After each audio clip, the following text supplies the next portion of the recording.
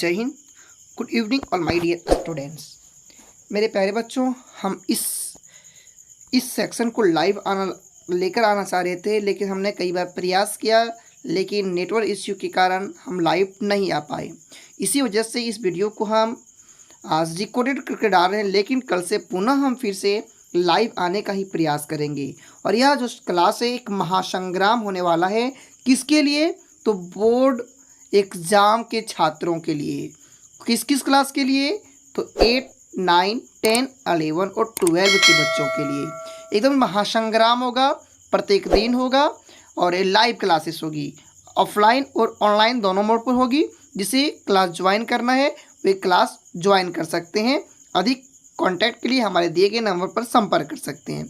और हाँ मेरे प्यारे बच्चों, यूट्यूब पर जो क्लास होगी डेली होगी और बिल्कुल फ्री। और हम इधर उधर की बातें ना करके सिर्फ बात करेंगे चैप्टर वाइज VVI प्रश्नों पर। ठीक है, तो चलिए आज के सेक्शन को हम शुरुआत करते हैं एक शानदार क्लासेस को। यह जो क्लास है क्लास 10 के बच्चों के लिए है। पार्ट 1 का लेकर आए हैं। आपका इतिहास यानी सामाजिक विज्ञान से है। चैप्टर का नाम है यूरोप में राष्ट्रवाद का उदय। हम जितने भी बोर्ड जब तक हमारे जैक ऑफिशियल जैक के द्वारा मॉडल सेट ना आ जाए तब तक हम लोग क्या करेंगे, पिछले जितने भी एग्ज़ाम लिए गए हैं उन एग्ज़ाम से किस चैप्टर से कौन सा प्रश्न पूछा गया है, इन्हीं सभी प्रश्नों को लेकर आएंगे। और कैसे? चैप्टर वाइज मस्ट इम्पोर्टेंट, ज़्यादा क्वेश्चन नहीं, वही 6-7 क्वेश्चन बनेंगे पर चैप्टर से। तो आज का चैप्टर है यूरोप में राष्ट्रवाद का उदय है। और इससे ओनली 6 चैप्टर अभी तक पूछे गए। कब से कब? तो 2009 से लेकर के 2023 तक हम अलका प्रकाशन की जो बुक हैं वहाँ से इन सभी मटेरियल को लेकर आए हैं, जो आपके लिए बहुत ही हेल्पफुल हो सकता है। तो चलिए ना शुरू करते हैं, एकदम आसान शब्दों से समझते हैं। अंग इटली की स्थापना किसने की थी? तो अंग इटली की स्थापना जोसेपे मैतेस्नी ने गुप्त संगठन के रूप में किया था। नेक्स्ट है कि निरंकुशवाद से आप क्या समझते हैं? समझो मेरे प्यारे बच्चों कि निरंकुशवाद क्या होता है। गुरुजी निरंकुशवाद क्या होता है? तो बताना कि गुरुजी निरंकुशवाद एक ऐसी शासन व्यवस्था होता है जिसमें सरकार अपनी मनमानी से शासन चलाता है, उसको बोलने टोकने वाला कोई नहीं होता है। तो इसकी परिभाषा कैसे लिखेंगे? तो बोलिएगा गुरुजी इसकी परिभाषा लिखना है कि एक ऐसी शासन व्यवस्था जिसकी सत्ता पर किसी प्रकार का कोई अंकुश नहीं होता उसे निरंकुशवाद कहते हैं। अगला है कि जोसेपे मैतेस्नी का जन्म कब और कहाँ हुआ था? तो जोसेपे मैतेस्नी का जन्म इटली के जेनेवा में 22 जून 1807 ईस्वी को हुआ था। कब हुआ था मेरे प्यारे बच्चों? कमेंट कीजिएगा। 22 जून 1807 को। कहाँ? तो इटली के जेनेवा में। जर्मनी के एकीकरण की प्रक्रिया का संक्षेप में वर्णन कीजिए। यानी जर्मनी का एकीकरण किस प्रकार हुआ इसके बारे में पूछता है। चलिए इसमें एक डाउट हम क्लियर करते हैं। जैसे मेरे प्यारे बच्चों एग्जाम में जो भी प्रश्न पॉइंट में लिखा जाता है इनमें नंबर मार्क्स अच्छे मिलते हैं, लेकिन आपको अगर लगता है कि हम इस प्रश्न का जवाब पॉइंट में ना लिखकर पैराग्राफ में लिखेंगे तो आप हमें कमेंट कीजिएगा। इसका शॉर्ट वीडियो बनाकर आपको प्रोवाइड करवा देंगे या फिर इसका PDF आपको दे देंगे। ठीक है, तो चलिए देखते हैं कि इन प्रश्नों का जवाब कैसे लिखना है। तो जर्मनी के एकीकरण जिन जिन सोपानों में हुआ उनका विवरण इस प्रकार है। नंबर 1 लिखेंगे कि 1848 के पश्चात यूरोप में राष्ट्रवाद का जनतंत्र और अलगाव होने लगा। क्या? 1848 के पश्चात यूरोप में राष्ट्रवाद का और जनतंत्र का अलगाव होने लगा था। यानी लोगों में राष्ट्रवाद की भावना जागृत हो गया, लोगों के खून में आज़ादी की गुनसुत दौड़ने लगा। राष्ट्रवादी भावनाएं मध्यवर्गीय जर्मन लोगों में काफ़ी व्यापक थी। दूसरा लिखेंगे कि फ्रैंकफर्ट संसद को दबाने में पर्सा के बड़े भूस्वामी ने भी समर्थन किया।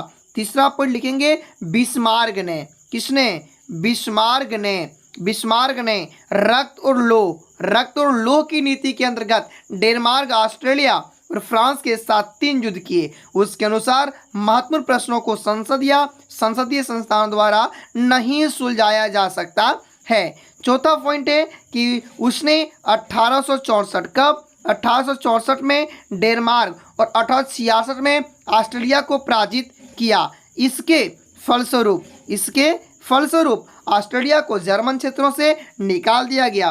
तीसरा युद्ध फ्रांस के साथ 1870 में हुआ, जिसमें फ्रांस की पराजय हुई। और बस यहीं से क्या था, जब फ्रांस हारा तो जर्मनी का एकीकरण 18 जनवरी 1871 ईस्वी को हो गया। अब मेरे प्यारे बच्चों, आपने इसमें नोटिस किया होगा कि इसमें एमसीक्यू पर कुछ बने हैं। क्या बने हैं? तो फर्स्ट है कि रक्त और लोह की नीति किसने अपनाई? बिस्मार्क ने। इटली का एकीकरण कब हुआ? 18 जनवरी 1871 ईस्वी को। ठीक है, चलिए नेक्स्ट प्रश्न है जो मस्ट इंपॉर्टेंट प्रश्न है, इस बार पूछे जाने का भरपूर चांस है। क्या है कि मारियन और जर्मनिया कौन थे, जिस तरह उन्हें चित्रित किया गया उसका क्या महत्व था? तो इसका आंसर लिखेंगे कि मारियन और जर्मनिया दो नारियों के चित्र हैं, यानी मारियन और जर्मनी नारी रूपक हैं। कौन है? नारी रूपक हैं, जिन्हें राष्ट्रों के रूप में चित्रित किया गया है। अब क्या करेंगे मेरे प्यारे बच्चों, अब मारियान लिख के, मारियान थोड़ा हाईलाइट में लिखना है ताकि एग्जामिनर का नज़र सीधा इसी पर पड़े। मारियान क्या करेंगे, हल्का सा किसमें, हाइलाइटर में लिखना है। और इसको डैश करेंगे, लिखेंगे फ्रांसीसी कलाकारों ने फ्रांसीसी क्रांति के दौरान स्वतंत्रता, न्याय और गणतंत्र जैसी विचारों को व्यक्त करने के लिए नारी रूपों का प्रयोग किया। यानी साधारण शब्दों में कह सकते हैं कि जो मारियान थी वह स्वतंत्रता, न्याय, गणतंत्र, बहादुरी का प्रतीक था, और इन्हीं को दर्शाने के लिए इनके चित्र का, इनके रूपकों का प्रयोग किया गया। नारी रूपक को मारियान कहा गया, जो ईसाई धर्म का प्रचलित नाम था। इसी तरह जर्मेनिया जर्मन राष्ट्र का रूपक बन गई, और यह बलूत वृक्ष के पत्तों का मुकुट पहनती थी, जो कि वीरता का प्रतीक है। अब इस दोनों का लिख लिए हम लोग कि कौन था बता दिए। अब महत्व लिख के डैश करेंगे, इसी प्रकार हाईलाइट में लिखना है। लिखेंगे जिस तरह से मारियान और जर्मनिया को चित्रित किया गया उसका काफी महत्व है। मारियान की प्रतिमा को स्वतंत्रता, एकता का प्रतीक माना गया है, यानी मारियान का जो प्रतीक है वह स्वतंत्रता, एकता, बहादुरी, शांति का प्रतीक माना गया है। ठीक, और इसीलिए फ्रांस के चौक चौराहों पर इनकी प्रतिमा को लगाई गई है। ठीक इसी प्रकार जर्मनिया भी स्वतंत्रता, बहादुरी और न्याय का प्रतीक है। नेक्स्ट क्वेश्चन है कि फ्रांसीसी लोगों के बीच सामूहिक पहचान का भाव पैदा करने के लिए फ्रांसीसी क्रांतिकारियों ने क्या कदम उठाया? तो मेरे प्यारे बच्चों, इसका प्रश्न लिखेंगे कि फ्रांसीसी लोगों के बीच सामूहिक पहचान का भाव पैदा करने के लिए फ्रांसीसी क्रांतिकारियों ने निम्नलिखित कदम उठाया। और अब पॉइंट से लिखेंगे ताकि हम लोगों को अच्छे मार्क्स मिल सके, एग्जामिनर को पीछे कर आसानी हो। फर्स्ट पॉइंट लिखेंगे कि पृथ्वीभूमि तथा नागरिक जैसे राष्ट्रवादी विचारों को प्रोत्साहन दिया गया, नागरिकों के एक समान अधिकारों का समर्थन किया गया, नए राष्ट्रध्वज का निर्माण किया गया, एक केंद्रीय प्रशासन व्यवस्था की लागू की गई, सभी नागरिकों के लिए एक समान कानून बनाया गया, यांत्रिक आयात निर्यात शुल्क समाप्त कर दिए गए, फ्रेंच भाषा पर जोर दिया गया, शहीदों का गुणगान किया गया, एक नए फ्रांसीसी झंडा चुना गया और राष्ट्रगान का गुणगान किया गया।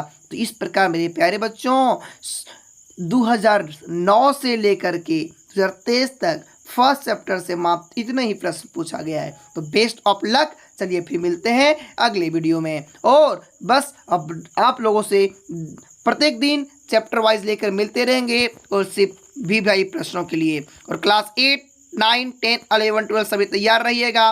और चलिए अब मिलते हैं अगले वीडियो में।